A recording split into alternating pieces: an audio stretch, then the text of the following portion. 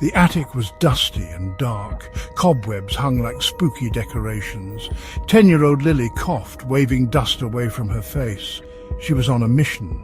Her mom had said, "See if you can find anything interesting up there." Interesting? The attic was creepy. Then Lily spotted it. Tucked in a corner sat a beautiful dollhouse. It was taller than Lily, 3 stories high with a pointed roof and tiny windows. It looked exactly like an old Victorian house. Lily's heart beat faster. Carefully she lifted the dollhouse and carried it downstairs.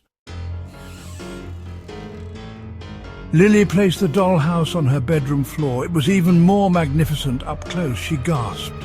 The details were amazing. There were miniature couches, a tiny fireplace, and even little portraits on the walls. It was then that Lily realized something strange. The dollhouse wasn't just any old house.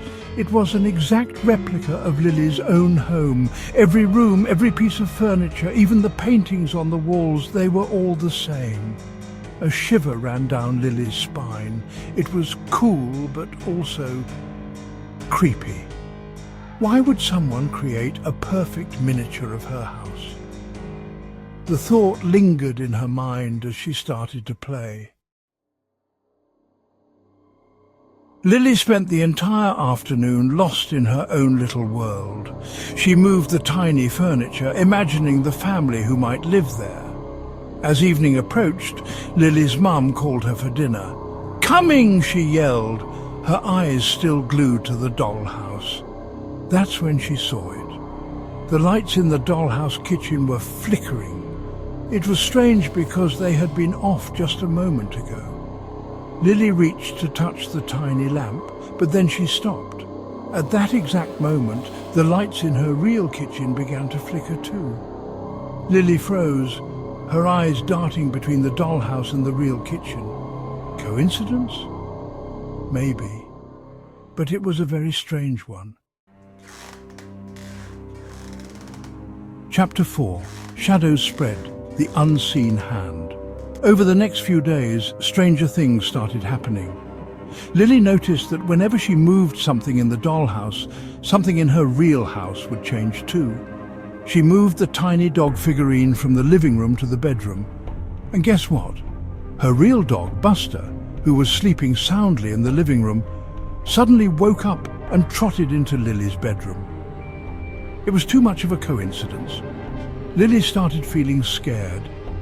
It was as if an unseen hand was controlling her real house through the dollhouse. She tried to ignore it, but the changes kept happening. One day she found the small portrait of her family in the dollhouse lying face down. When she went downstairs, she heard a loud crash. The portrait in their living room had fallen off the wall. Chapter 5.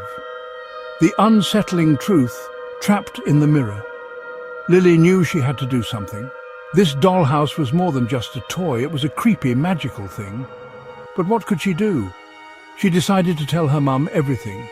As she spoke, she could see the doubt in her mum's eyes. But when another light flickered, both in the dollhouse and in the real house, her mum finally believed her. Together, they decided to get rid of the dollhouse.